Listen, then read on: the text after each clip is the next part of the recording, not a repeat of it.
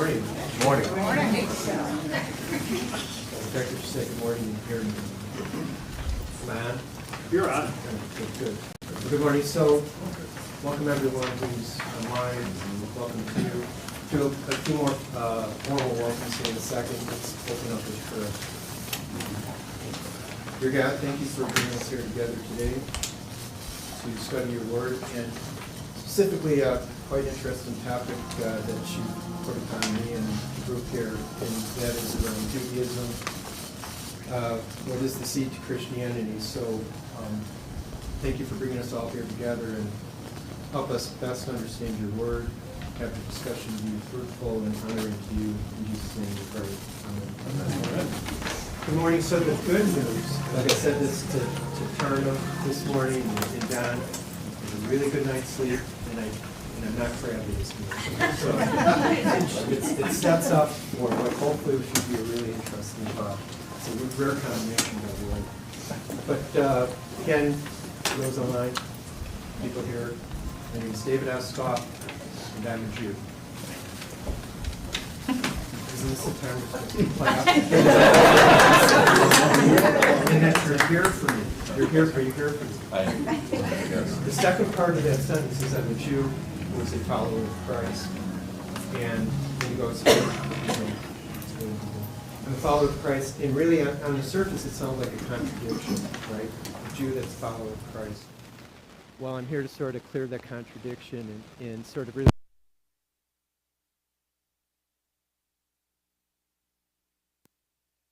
the seed to Christianity, it's the doorstep to Christianity.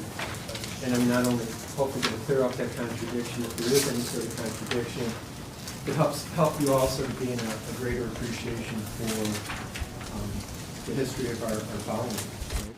So what I wanted to do is I want to start out sort of giving you some background as a Jew, growing up in a Jewish home, that I think will add a lot of context to the teachings of Judaism. And it really sort of starts out with the fact that I was born into a Jewish family, obviously, which makes me Jewish. My parents came from an Orthodox Jewish home, an Orthodox being the very strictest form of following of Jewish people. Very small percentage of Jews are actually Orthodox, and we'll talk about that more in a little bit. But the context is that very strict, my parents came from a strict home. We were not raised in an Orthodox fashion, which we were raised in what is called a conservative Jewish home, which is still fairly strict. I mean, where the parents raise their kids in a home that still is really honoring and really focused on Judaism, but in a slightly more practical fashion. But with that, like growing up in a Jewish home, like in my situation, is that like at the age of 8, the parents start sending their kids to Hebrew school at the age of 8, which is an early age. And going to Hebrew school is like after you spend a day at regular school at 4 o'clock, they drive you off to Hebrew school 2 days a week for 2 hours, right? And that's like a 5-year period of time from the age of 8 to the age of 13 when you become bar mitzvah. And I got to say, like having to go to Hebrew school after a day at school, all I wanted to do was come home and watch Gilligan's Island and Batman, right? And I having to go is like really, really challenging, particularly at a very young age, learning about the Jewish religion and all about it. And it's great. I mean, it was a lot to learn, but at the age of 8, 9, 10, 11, 12, really hard to sort of fully appreciate and grasp all that it is that you're being taught. And really, when you stop and think about it, the 5 years up until the age of 13, it's somewhat getting you equipped to be a follower of the Jewish religion, but also, probably most importantly, it's getting you ready for being bar mitzvahed at the age of 13. And what a bar mitzvah is, like everyone's probably heard of like bar mitzvah, but what a bar mitzvah is that at the age of 13, as a Jew, it's the time where you're being held accountable to the laws of the Jewish religion. It's the age of accountability. And the challenge, like of the 5 years, is that you're learning all about the Jewish religion, the customs, the practice, the holidays, how to speak Hebrew, to learn Hebrew and how to speak it. That in essence not only sort of preps you to really understand what it means to be a Jew and how to follow the Jewish religion, but also equips you to be able to sort of stand out in front of the congregation when you're the age of 13 and do the bar mitzvah thing. So as it stood is that when first 3 years, 8, 9, 10, going to Hebrew school 2 times a week, 11 and 12, the 2 years before your bar mitzvah, it goes to 3 days a week. And then it not only goes to 3, so required to show up at synagogue every single Saturday, right? So say, what's the big deal? As Christians raising our kids, we want them to go to church every Sunday. Big difference. Church here, like if we're spend an hour here at church, if it actually goes an hour and 5 minutes, people are crawling, right? I mean, they get really, really antsy. Synagogue, right, where you go every Saturday, it's Sabbath time, a little bit more on that later. It starts at 9 o'clock and it ends around 11:45, almost 3 hours at the age of 11, 12, 13. So, and not only that is that the service, probably about 60-70% of it, it's chanted in Hebrew, right? The sermons are done in English. So you're kind of going through all this stuff, obviously stuff that you learn in Hebrew school in terms of what it means to go to synagogue and what you're learning and really understanding what is being told and what's going on in the synagogue. But at a young age, it's brutally difficult, right? I mean, there's no iPhones, no little game that you could play. And the only thing that got me through those 3 hours most of the time, I mean, it is interesting. I don't want to, there's aspects of it that were kind of interesting. But the thing that got me through it is at the end of this, they had like food and fellowship, and they had the most incredible brownies I've ever had in my life. I mean, when these are unbelievable. If I could find that bakery, I would do that. Oh, thank you.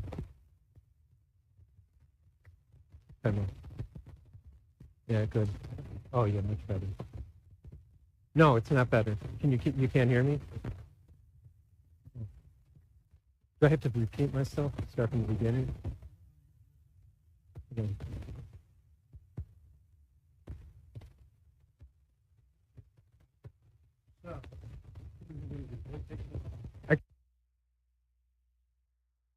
Okay, there you go. Can you hear me still? Yes. Now you get up. My name's David Eskoff.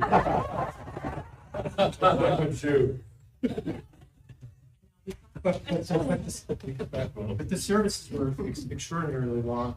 Brownies were, I wish I could have brownies today, but that was the thing that got me through it.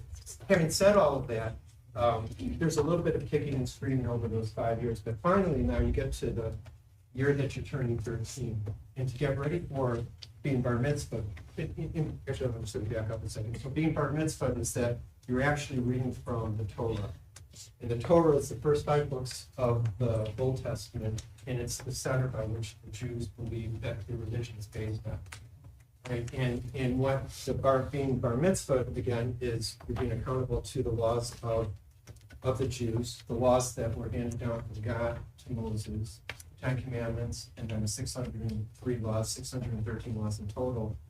In being bar mitzvah, what you're doing is you're actually reading a verse within, or multiple verses within the Torah, the actual Torah in Hebrew. So to do that, it's like a 9-month preparation before your 13th birthday. So they give you the verses, and it was like a little cassette tape that you'd like put in and like listen to, and you'd have meetings with the rabbi throughout those 9 months in preparation for doing this.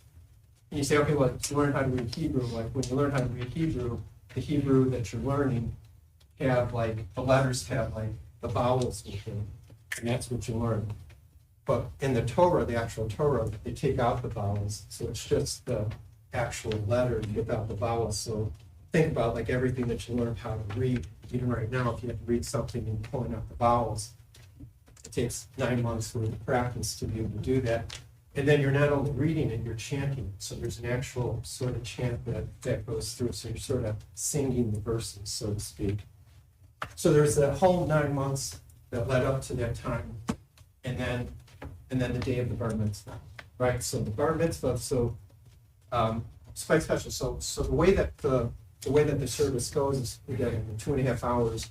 Probably in the middle section is the time that they actually take out the Torah, and the way that is, like, you've got the stage and you've got an ark that's like right behind you that has the Torah in it. And what it is that it's just the scrolls, the actual scrolls that are the 5 books of the Old Testament are written. It comes to the point in the service where they open up that, and the bar mitzvah boy is sitting back here waiting for this, and they have like a song or a prayer that they go through. Where they take out the scrolls, and the rabbi holds the scrolls, and then he parades it around the congregation to the music. And everybody's like taking the Bibles and they touch the Torah. It's got a felt cloth over it. And then they bring the Torah up to the stage in the lectern, and they place the Torah down, they pull off the cloth, and they unroll the scrolls. Right? And then the rabbi does this thing, right? He does the, get ready to call me up, or call the bar mitzvah boy up. I don't know, he can't something in like Hebrew. It's like, the bar mitzvah boy, Eskoff. The Bravism. So you get up there and you've got, so now it's like 15 minutes, that you're going to be doing this reading that you spent 5 years in Hebrew school, 9 months preparing, and you got 15 minutes with 200-300 people watching. It's like an Olympic moment, right? It's like you've got the rabbi here and the cantor, who's like the assistant rabbi here. They've got the gold-plated pointer, right? And they're like pointing in this, and then you do it, right? So that up there, I did it, I nailed it. 15 minutes. Amazing. So, but what's so interesting about that is that when I sort of stopped and thought about it, like the 5 years kicking and screaming, not wanting to do this, it was like really the most incredible moment. I mean, it's like the one time where you really felt like God's presence was at that moment in time. So, kind of remember.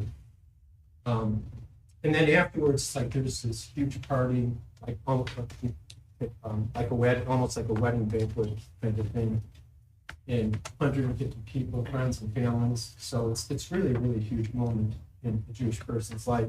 And again, the age of accountability, reading from the Torah, the laws of the Jewish people that the Jewish people are to follow, and laws that came down from God to Moses, and that connection that I had with God at that moment was quite incredible.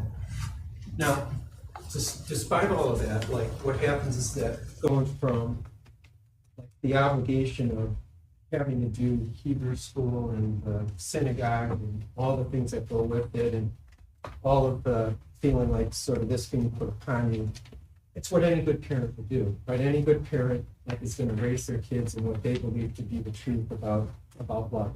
So, but having said that, it was an extremely important moment.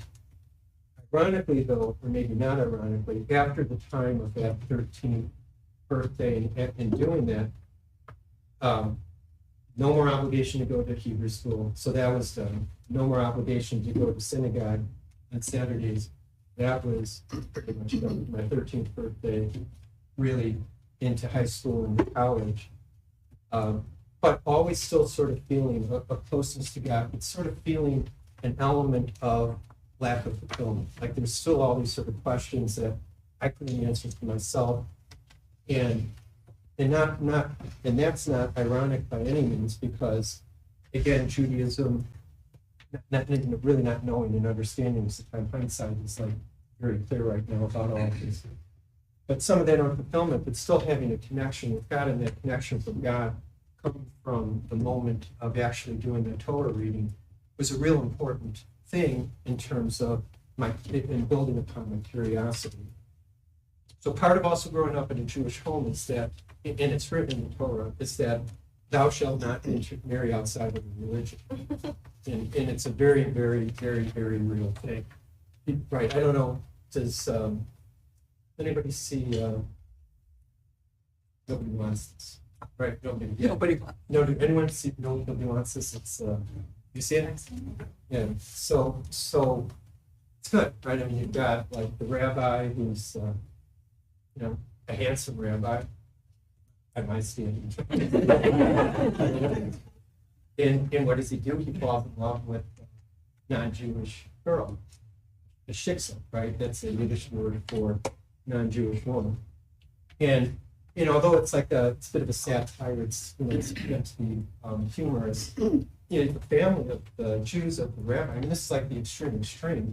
You know, it's one thing for a Jew to marry outside of the religion, or have a relationship with a non-Jewish person outside of the religion. It's another thing for the rabbi to have this, and you can feel the resistance of it, i.e., the title of nobody wants this. So it's a very, very real thing, very real in my home in terms of, you know, stay away from the shiksas. But you go to high school, you go to college.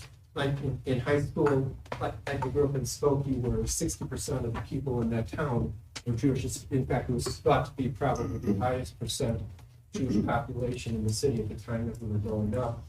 But going to college, in my undergrad at NIU, 25,000 people, not a whole lot of people from Abraham's tribe.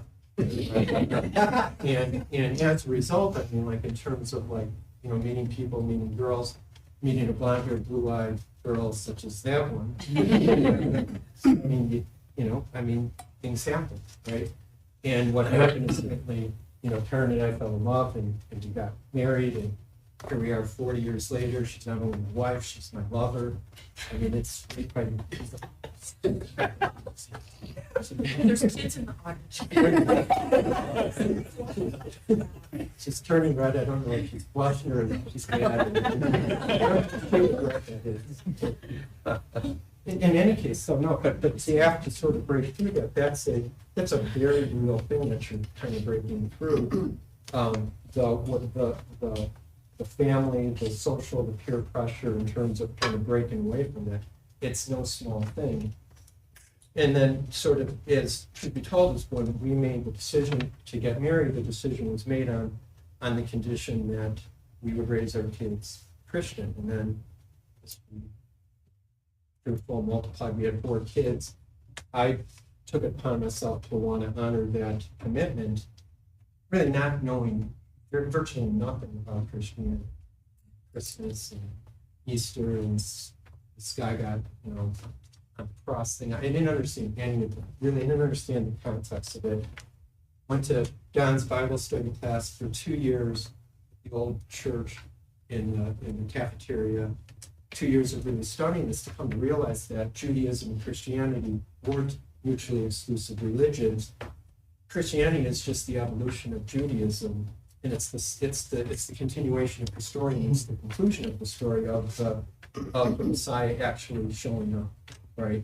And when I sort of put those two things together, I not only was equipped to feel like I could raise my kids in a Christian home and teaching them that, I was convicted. I mean, turned from just really understanding to be convicted to being accepting and a follower of Christ.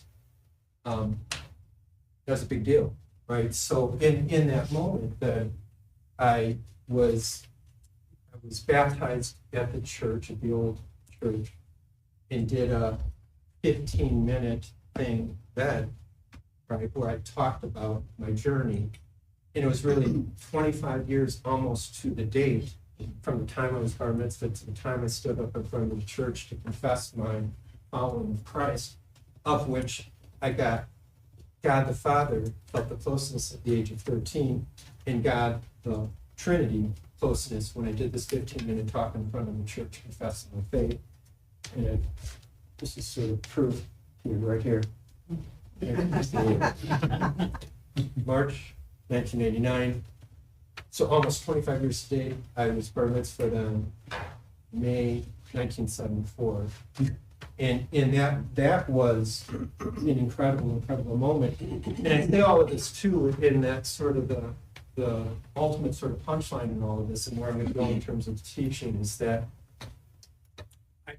again, the irony is, like, I could say that when I started learning about Christianity, had I not had those 5 years of Hebrew school, the growing up in a Jewish home, the being bar mitzvah, what I believe today, I guarantee I wouldn't have probably wouldn't have had the belief, I certainly wouldn't have the conviction that I have right now.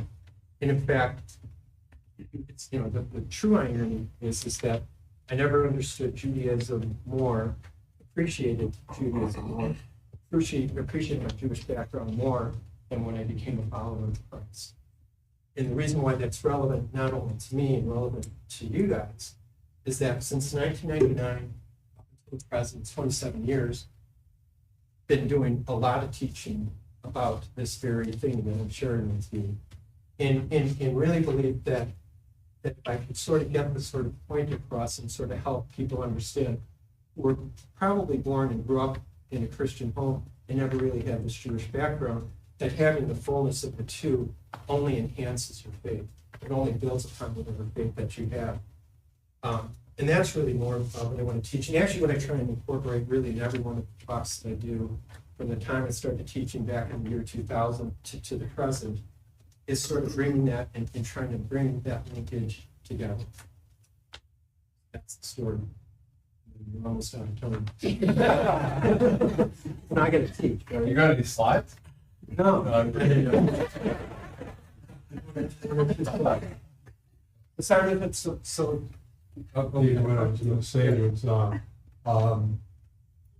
of reminds me of confirmation, and leading up to being confirmed. And you have 3-year or 4-year thing that you go classes you go through, and the bar mitzvah is kind of like the path going for a question. And we were sitting there, and the pastor points you with the passage and what's it mean, and you get up and confess your faith, basically. And so In again, broken up, I can say. yeah, exactly. Again, I mean, Christianity is the evolution of Judaism, but that's the story. So enough about you guys. I want to talk about me. I just have a quick question. During this whole transition, did you have an aha moment? And if you did, what was it? Well, I mean, in the transition, the aha moment, yes, I mean, is that as I'm studying the religion and I'm asking all these questions, such as hey, why did Jesus Christ have to die on the cross if he's God? What was the purpose? The linkage is really to the Old Testament sacrificial system, that the Jews were granted forgiveness for their sins through the sacrificial system. And the sacrificial system that the Jews had at the time was insufficient because they were sacrificing animals, not man. In order to truly reconcile man to God and have the gates of heaven reopen again, it had to be a perfect sacrifice. So then, the result, I'm like, oh, this isn't the mutually exclusive religion. This isn't sort of starting from scratch. This isn't starting from a blank sheet of paper. The whole notion of these sacrifices is Old Testament based, and really the purpose of what God wanted for the Jewish people, his chosen people, was to show the imperfection of the sacrificial system, their inability to be able to fix the world and reconcile them to God on their own, and that it had to come through this perfect sacrifice. That was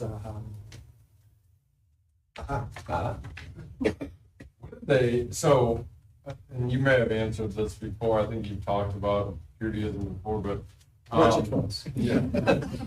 What did they teach you about how often they had to sacrifice? Because it wasn't a permanent fix.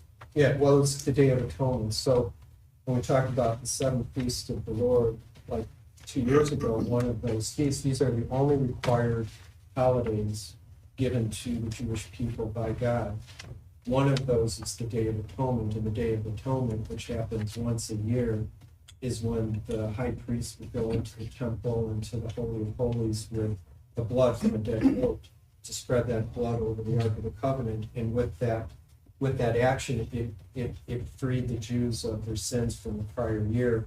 but it didn't free them of their sins For the future. for the future, But- and only Jesus. So that was the only mandatory, but then people did like, you could, There were other sort of sacrifices throughout the 364 days that they would be bring pigeons or other animals for daily sacrifices. but by the time you were growing up, you guys did not like, all right, guys, let's take, Dolly the sheep in the back and, Well, there's the whole sacrificial system does not exist. I mean, there's like, I think there are 7 hours worth of stuff I could talk about on this stuff, but there's, as you know, there's no, we had a whole talk on this a few years ago, is that there's no temple. Right now. There's no temple because it was destroyed, and the place where the temple's at on Mount Moriah, the right, Islamists, they own that spot with the Dome of the Rock.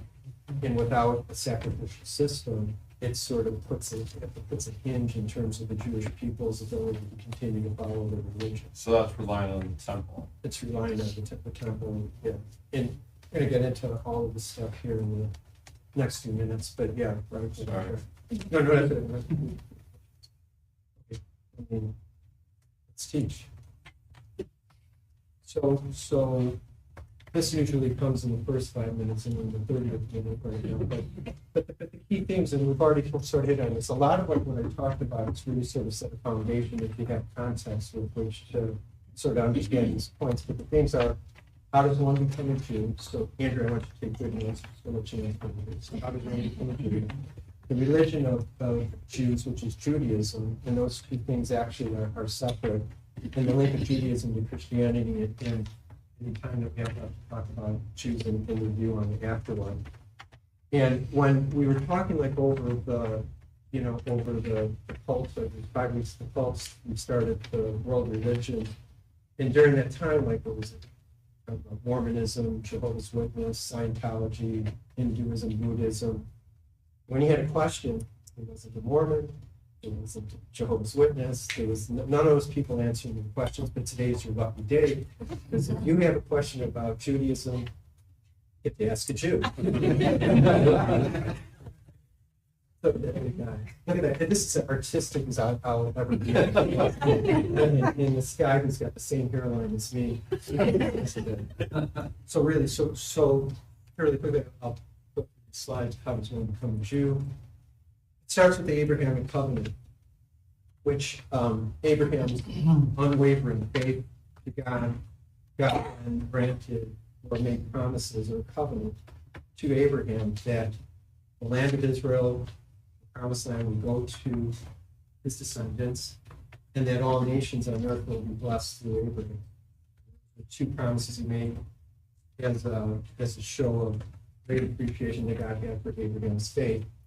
The question then is, which descendants are we talking about when we're talking about Abraham? Abraham was married to Sarah. They would get into the ripe old age where they thought they weren't going to have kids. They both agreed that Abraham should be with Hagar to conceive a child, and that child that they conceived was Ishmael, right? And from Ishmael comes the Islams, the Muslims, the Islam religion, and through Abraham and Sarah, ultimately had a child after that, at very old age, 90 plus years old, had Isaac. Now, the promises of the promised land and all nations being blessed on earth went to Abraham and Sarah, Isaac, Jacob. We went through the descendants right here of the chosen people being Abraham, Isaac, Jacob. Jacob had 12 sons, 12 tribes of Israel. And from the 12 tribes of Israel, the only way that a person can become a Jew is if they're born within the bloodline of the 12 tribes of Israel. So what that's saying is that the only way that you become a Jew is if you're born into the right family that has the bloodline. But in Christianity, it's almost the opposite. In Christianity, that you don't become a Christian based on the family that you're born into, you become a Christian based on belief, which means a Jew can become a Christian, but a non-Jewish Christian can't become a Jew. Mm-hmm. And one of the things that's also sort of interesting about this point is that when we look at the Jewish religion and Jews in general, there's no Jews knocking at your doors. I mean, it is the one, I was talking to Don about this, it's the one non-evangelical religion of all the things we've talked about. All the cults are very evangelistic, easy for me to say. And then certainly, you know, many of the world religions are all have an evangelical tilt to it. I have two questions. Yeah, go ahead. So can non-Jews go to synagogue? Depends which synagogue. Okay. So, I mean, not so like, and I'll show you in here in a few minutes, like sort of different cuts of, the answer is no. If in Orthodox synagogue, Orthodox followers would not welcome non-Jews. And then my second question is, what about Ruth? Because she became part of Jesus' bloodline, but wasn't she like a Moabite or something like that? Like she followed Naomi and said like, your people are my people, and then married in. Would that have been? But not part of the bloodline. I thought not. Yeah. I think that could be one of the exceptions. But hang on to that thought. I want to give sort of more holistic answers to the relevance of the bloodline. And the bloodline thing it is really important. And the rationale for it is that, I'll tell you in a few minutes. So one of the things too that, you know, we've done the stats every single week in terms of the different world religions, and there's 8 billion plus people in the world, and over half of the 8 billion are either followers of Christianity or the Islam religion, right? Over 4 billion people. And then you've got the Jewish population, 16 million Jews, like 0.2%, minuscule, right? Minuscule. But yet the Jews, the Jewish religion, is almost equal or virtually equal in stature, in recognition and relevance in terms of world affairs is Christianity and the Islam religion.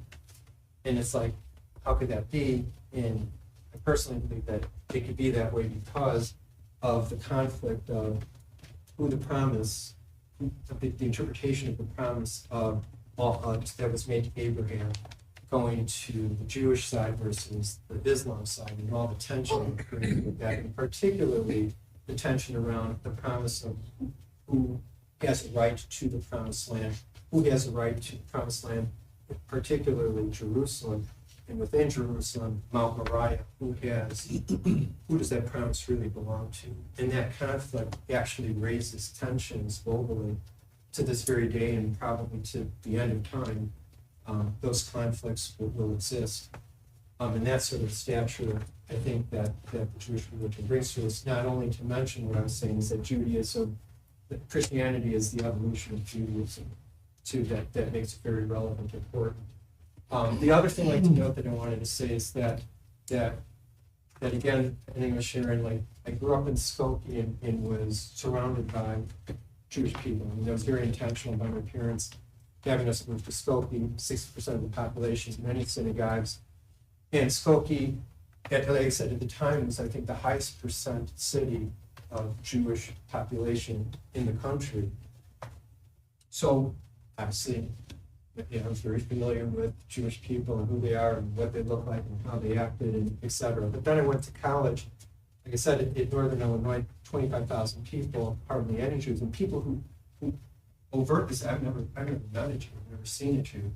So I thought, like, it was really important in terms of the context that I'm trying to share with you. It's like, what does an ordinary Jew look like? I thought it was really important to sort of be able to share that so that you have a little bit more context to that. And are you guys, who's not into AI technology?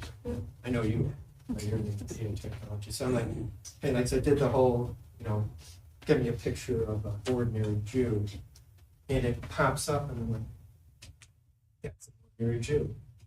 This is what I found.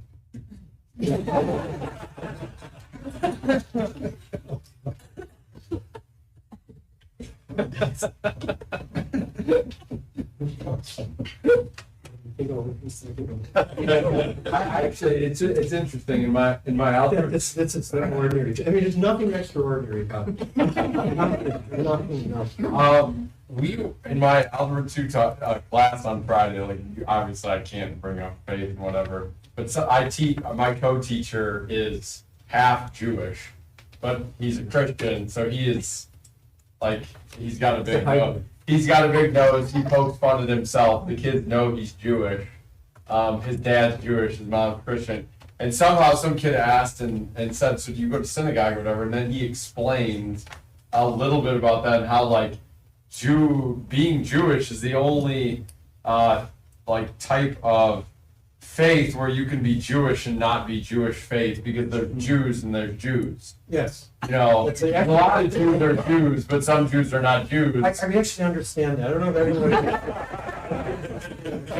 And like I knew all of that, but when he was explaining it, I was like, wow, that's wild. So then your question was interesting too, because the one kid then is like, well, I'm not Jewish, can I still be Jewish? And Matt's like, well, yeah, you just got to go to Hebrew school for 5 years. Well, I mean, so the differential here, so we're going to talk about the religion of Judaism. But once, if you're born into the Jewish religion, you're Jew by bloodline. And unless you have a blood transfusion, you're a Jew to the day you die.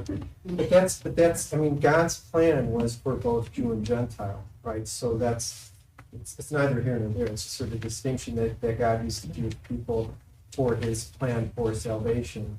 In Judaism, the religion of Judaism, first of all, any thoughts on why God chose the Jewish people to fulfill his plan for redemption? There's no wrong answers. Let's go. I come back to because of Abraham and his faith. No, that's not the right answer. So the reason why God chose the Jews was not because they were superior to the Gentiles. It's not because they were inferior to the Gentiles, but because they represented humanity. Right? Absolutely, 100%. So there was no, he chose them because he chose them, but he chose them because it didn't matter who he chose, the story would be the same. So I'm giving an answer to one of the questions I had. But it was simply, it sort of incubated this small group of people to play out this plan, but not anything special, not anything inferior, but a representative of humanity. And then God's primary objectives for the Jews is one, to be the deliverer of the Messiah. They would be the chosen people. The Messiah would come through the Jewish people. And then two, to follow his laws and commandments. The laws and commandments were handed down to Moses, the 613 laws, the stuff that I talked about right at the beginning in terms of what the actual religion is. Yeah, please do. Would that be the Jewish understanding of why God chose the Jews, or would they think that God just chose them because he chose them? That's a good question. Yeah, I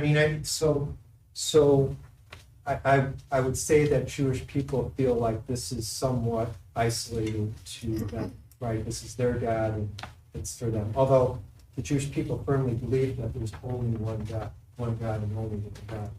So in essence, they do believe that ultimately what kind of comes from the following of these laws is going to make a difference in terms of bettering this world, and that anybody that wants to take part in terms of following these laws is only going to take an imperfect world and perfect it.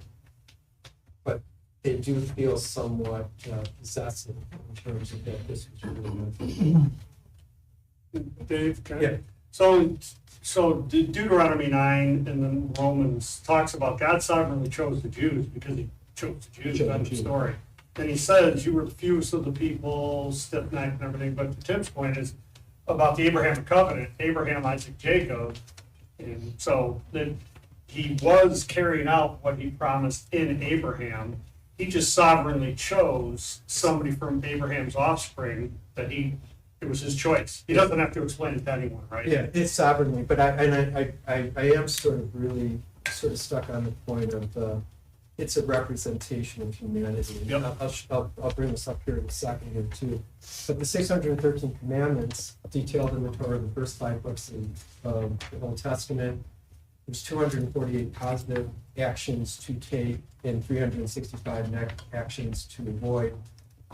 And these numbers are thought to be representative of 248 is the number of limbs and organs in your body, and that with all the Jews' power and might, they're supposed to be following the right actions, and the 365 is, related to the solar calendar, and that every day the Jewish people need to be reminded about what not to do.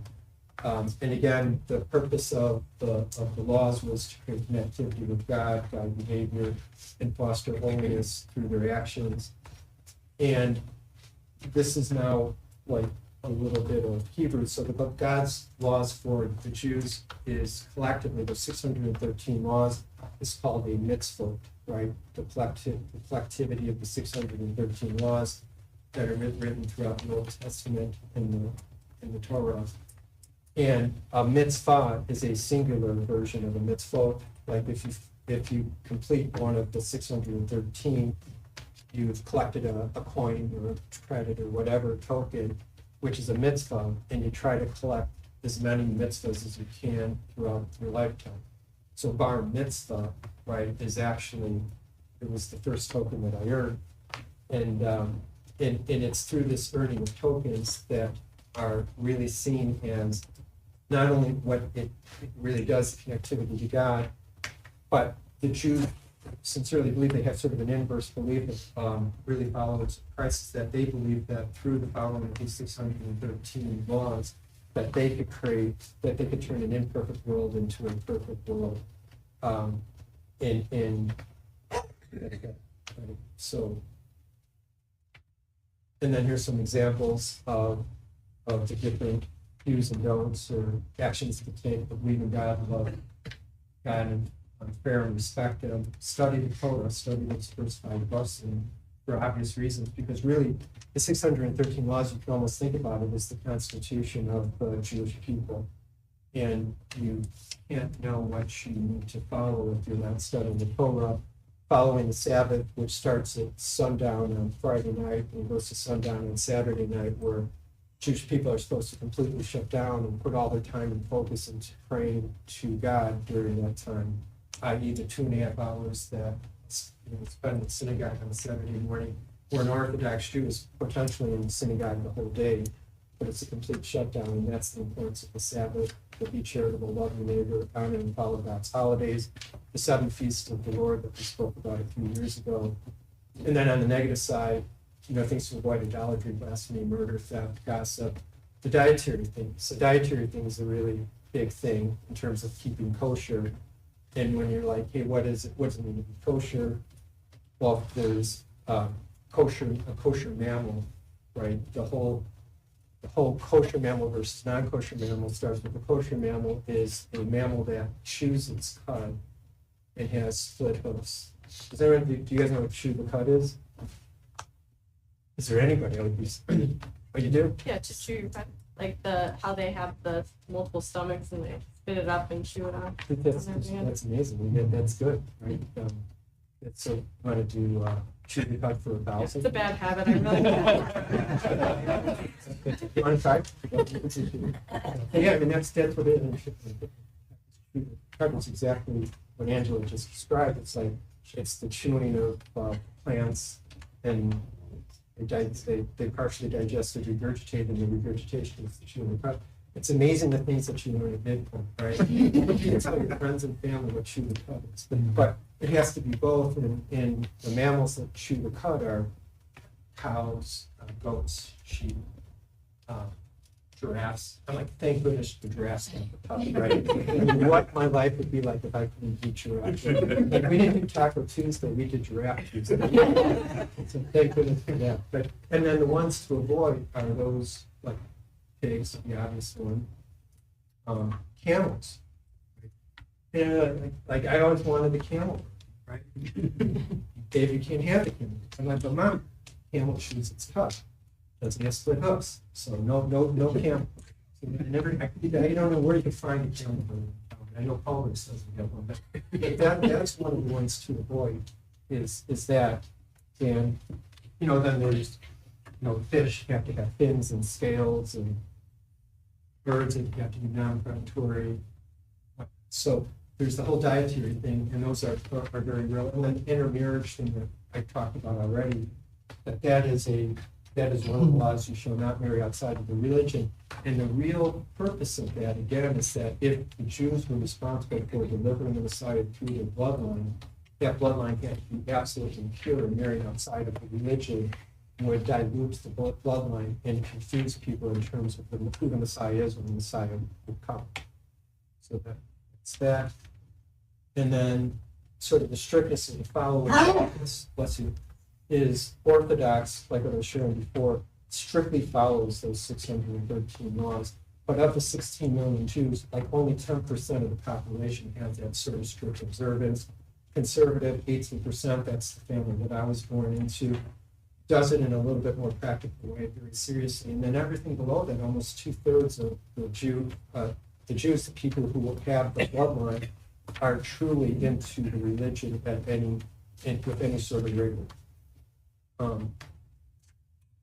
The link of Judaism to Christianity then is that you've got that sort of setup, and I've talked a little bit about some of, if not all of this, is that the absolute link is that, again, God chose the Jewish people for whom the Messiah would be delivered through the Jewish people. And then God's ultimate purpose for the laws that he put into place for the Jewish people was not to say, hey, Jude, thinking that the Jews would actually be able to follow this to perfection in a way that it would reconcile man to God, but to prove otherwise, that no matter how hard the Jewish people could try, they will never be able to perfectly perform those 613 laws, i.e. the need of a Savior. And the further need of a Savior is that the sacrificial system that I just talked about was insufficient in terms of reconciling man to God for the injustices of the Jewish people. Because they were sacrificing goats, not man, which then sort of leads to the linkage to Christianity. Then is the purpose, which is leveraged off of these first 2 points, which is leveraged off of the chosen people, which is that God's plan of a coming Messiah coming from the Jews would be that he would be the perfect person that would be sacrificed. It would be a human sacrifice versus an animal sacrifice that would ultimately do the trick and forever reconcile man to God, making the 613 laws obsolete. Yes. I'm thinking about Adam, covenant of Adam. That's the whole world. That would be Genesis 3:15. And they enmity between you and the woman, and then ultimately reconcile the whole world. But that didn't work very good for God, I guess. The Noah, destruction of the world, and the people at that time made a mess of it. And sins and everything else, imperfection. You're talking about, and then finally, Abraham, we finally came down to making one line, the way God is working out today, actually, is salvation, and is ultimately to the end of the world. All right, and that's very true. I mean, and ultimately, really, again, what we learned in all the cults, and we learned in even the Eastern religions today, is that the thing that happens over and over again is the mistake that Adam and Eve made in the Garden of Eden. The human nature wanted to be equalized with God, that they could do it on their own, is the very thing that God is trying to break down in his story from Genesis all the way to the time of Jesus. Right, and that is really the ultimate rationale for why he placed those laws in front of the Jewish people. And again, here's my question that I have up here: whether it was the Jews or whether it was other Gentile group of people, and he chose the Jews, not only because he chose the Jews, but because they're representative of all humanity. There's no other group that he would have chose where the outcome would have been different than what it is, because human beings, right, by nature, are imperfect, and there is a need for a God in order to be able to save them from their imperfection. I feel really bad. This is like something in the state that I don't typically do. But I'm so interested in telling you about my story that I'm kind of running out of time here. But let me give you a little bit of an overview on the afterlife. So what the Jews believe, and this stuff brings off of the laws and everything that I've shared up until today. When the Jews die, in their belief, when they die, that the soul is on. So the Jews believe that the soul is eternal. They also believe that there is a hell called Gehenna. It's the hell for where Jews go, because the recognition that, most of not every single Jew will not follow the 613 laws to perfection. They go to Gehenna for a period of 12 months.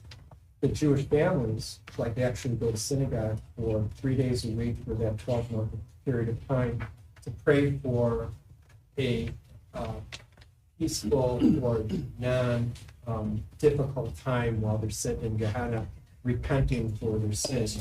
But at the end of that 12 months, what is believed that upon the repentance that they move from Gehenna into heaven, what is called in Hebrew Gan Eden, Garden of Eden, and there's that period of time where then the Jewish soul resides within heaven, and then subsequent to that, when the Messiah comes, as the Jews are still waiting for the Messiah to come, when the Messiah comes from their belief that the body will resurrect with the soul and live happily ever after in terms of eternity. Is this true for only Jews or the Gentiles as well? This is the Jewish interpretation of what happens in heaven. One point that I wanted to get out is that if you look in the Old Testament, you look in those first 5 books of Moses, everything that I just described, there isn't a single word about it. So there's no talk about afterlife. The reason why there's no talk, this is a little bit of my opinion, is that the story about what gets you to heaven doesn't happen until the second half of the Bible, right? So the Talmud, which is oral tradition, which is what comes from the rabbis who do interpretation of the Old Testament, they say openly there's very little, if anything, within the Old Testament, particularly in the first 5 books of the Old Testament, about what happens after life. And the Talmud is just an interpretation by the rabbis of all aspects of the Torah, but particularly there's a piece of it that talks about the afterlife.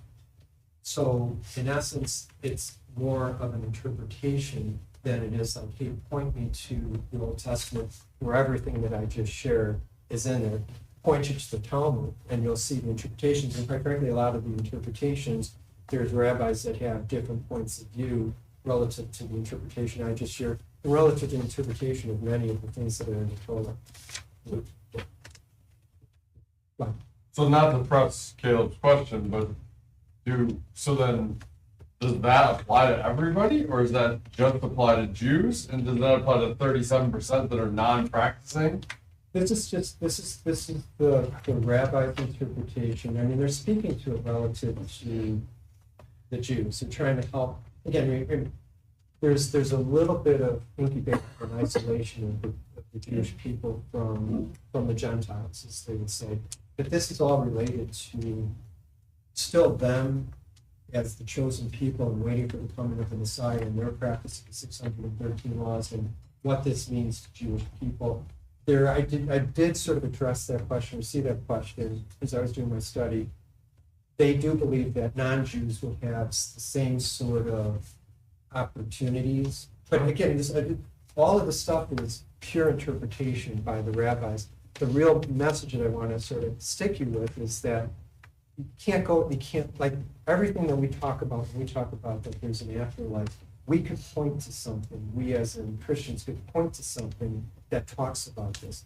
Everything about the afterlife, you can't go to the Old Testament and find very specific stuff about what it means for afterlife. It's all pure interpretation. I really apologize that I sort of... Hey, Dave, you've actually got like 2 minutes here, because that clock's fast, so you got 2 more minutes. It's like the end of the soccer game. There you go. You got extra time. Still waiting for the Messiah. Yes. I mean, everything that we're doing still is... What do they think about the New Testament? That it just is... I mean, I don't have 2 hours. How is the canon of the Talmud formed? Is it changing? It's not, it involved, so it's oral tradition, there's oral tradition that existed for the first 1,000 years, up until the time of like, these the Pharisees, the Sadducees, were all based on oral tradition. It wasn't until like 300 AD that they started to write this stuff. And that the Talmud was written. It was written from 300 AD to 800 AD, and it's been static since. But it was, they still had Jews books at that time, like the Explanation, or? Yeah. Real quick, when you say after the soul is cleansed, I think you touched on that, but is that almost like a purgatory with? I'm glad you said that. It was one of the points. It is, and not by coincidence either, because again, keep in mind, first Christians were Jews, right? First followers of Christ were Jews, and some of like the tradition of what they believed continued on. In purgatory to this very day, Catholicism would really, I believe, the first sect of Christianity follows that to this very day. So Jews would agree with it. There is the Transition, you don't experience. they absolutely agree that there's a transition, and they act on that transition, and people, loved ones of who just lost Jewish family member are in synagogue 3 times a week for 12 months, praying for them to move their way out of So part 2 of that, do any stay in Gehenna The permanently, or answer- do they the get out answer- after 12 months? Yeah, so like, they believe most get out of hell. However, they said there are the exceptions where like what you did on earth is so egregious that your soul actually will cease to exist. But Dave, doesn't that come down in the context of our whole cults and religion series?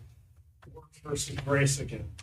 Absolutely. God doing the work or us trying to do the work. Yeah, and I mean, and very, very true, and like, I mean, and Jesus talks about that all through the New Testament. His sacrifice is in vain if in fact we're still trying to follow the laws, right? I mean, it was proven that man could not do it on their own, which is very much part of God's plan to make that abundantly clear that man could not do this on his own.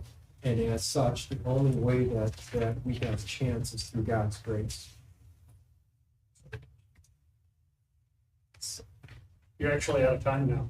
And but to recap, David Eskoff, thanks. So let's pray. Right? Dear God, thanks for bringing us here all together today to study your word in this very interesting and important topic of the linkage between your chosen people to the evolution to what is today followers of Christ.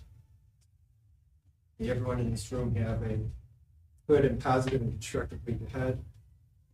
Thank you for being with us today. In Jesus' name we pray. Amen.